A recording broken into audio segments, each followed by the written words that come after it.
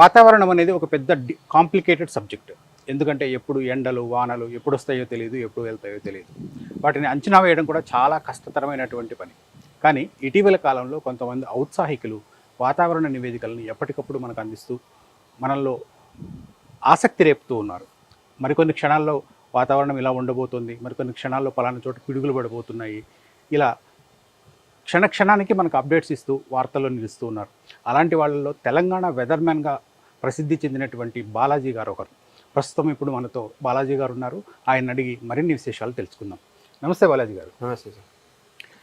అసలు ఏంటి మీరు వాతావరణం పైన మీకు ఆసక్తి అనేది ఎలా కలిగింది? సో వాతావరణం అనేది నాకు చిన్నప్పటి నుంచి క్లౌడ్స్ చూడడం కానీ, తర్వాత వర్షాలు పడుతున్నప్పుడు బాల్కనీ దగ్గర నించోవడం కానీ, ఇవన్నీ నాకు చిన్నప్పటి నుంచి ఆసక్తి ఎక్కువగా ఉండేది. సో చిన్నప్పుడు ఎప్పుడైతే మనకి స్కూల్ వదిలిన వెంటనే ఎప్పుడైతే మనకి వర్షం పడ్డదో అప్పుడు వెంటనే విండో దగ్గరికి వెళ్ళి కానీ, లేకపోతే ఇంట్లో ఉన్నప్పుడేమో వర్షం పడుతున్నప్పుడు ఇట్లా స్కై వెనకాల ఇట్లా ఆకాశం వెనకాల చూడడం కానీ, ఇవన్నీ చిన్నప్పటి నుంచి చేసేటోని. ఇంకా తర్వాత పెద్ద అవుతున్న కొద్దీ దాని మీద ఇంకా సబ్జెక్ట్ వైజ్గా డెప్త్లోకి వెళ్ళి ఇంకా ఇట్లా అప్డేట్స్ అనేవి ఇస్తున్నాను. ఓకే, మీకు ఇప్పుడు మీరు స్టూడెంట్గా ఉన్నారు కదా, అసలు మీరు ఏం చదువుతున్నారు ప్రజెంట్? సో నేను యాక్చువల్లీ ఇప్పుడు బీటెక్ సివిల్ ఇంజనీరింగ్ చదువుతున్నాను JNTU కాలేజ్లో, హైదరాబాద్. ఓకే, అసలు సివిల్ ఇంజనీరింగ్కి ఈ మెటీరియలాజికల్ డిపార్ట్మెంట్కి అసలు సంబంధం లేని సబ్జెక్ట్ కదా. అసలు మీకు దీనిపైన అంటే సివిల్ ఇంజనీరింగ్ ఒకవైపు చేస్తూ మరొక వైపు వాతావరణం పైన ఆసక్తి, అంటే వాతావరణం పైన కూడా స్టడీ చేయాలి అనేటువంటి ఉత్సాహం ఎప్పుడు కలిగింది?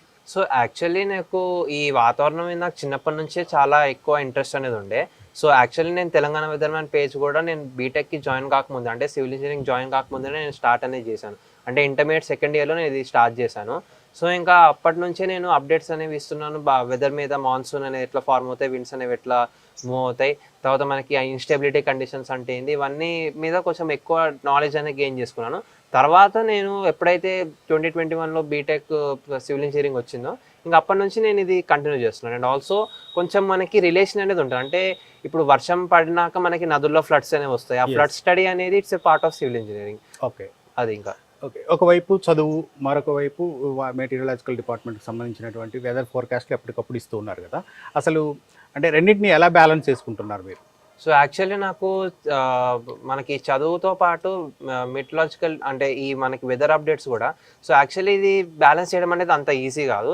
సో జనరల్లీ నేను ఎట్లా అంటే మార్నింగ్ పూట ఏదైతే ఉంటుందో మనకి స్కై చూడడం కానీ ఇవన్నీ నేను అబ్జర్వ్ చేస్తాను. సో నేను వెదర్ అనాలిసిస్ ఒక 2 టైప్స్లో చేస్తుంటాను.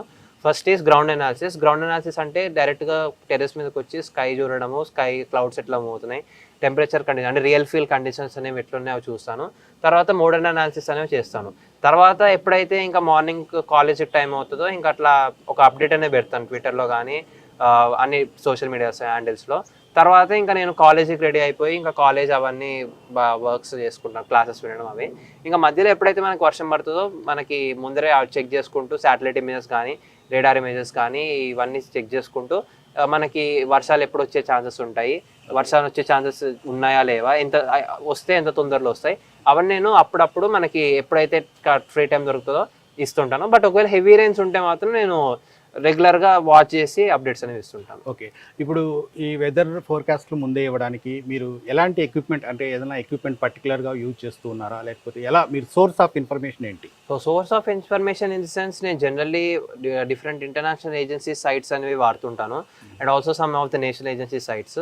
సో దాంతోపాటు ఇప్పుడు మనకి గ్రౌండ్ అనాలిసిస్ అని చెప్పాను కదా, సో గ్రౌండ్ అనాలిసిస్ని కూడా నేను చెక్ చేస్తూ ఉంటాను.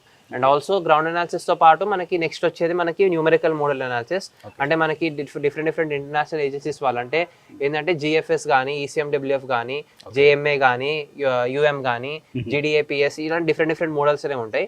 సో వాళ్ళు ఇచ్చే డిఫరెంట్ అట్మాస్ఫియరిక్ పారామీటర్స్ అంటే రిలేటివ్ హ్యూమిడిటీ, టెంపరేచర్, తర్వాత విండ్ స్పీడ్, తర్వాత మనకి కన్వర్జెన్స్, తర్వాత మనకి ఎంత అయితే ఎవాపరేషన్ అంటే ఇన్స్టెబిలిటీ కండిషన్స్, తర్వాత convective available potential energy. So ఇట్లాంటివన్నీ డిఫరెంట్ పారామీటర్స్ అనేవి స్టడీ చేసి అప్డేట్స్ అనేవి ఇస్తుంటాను.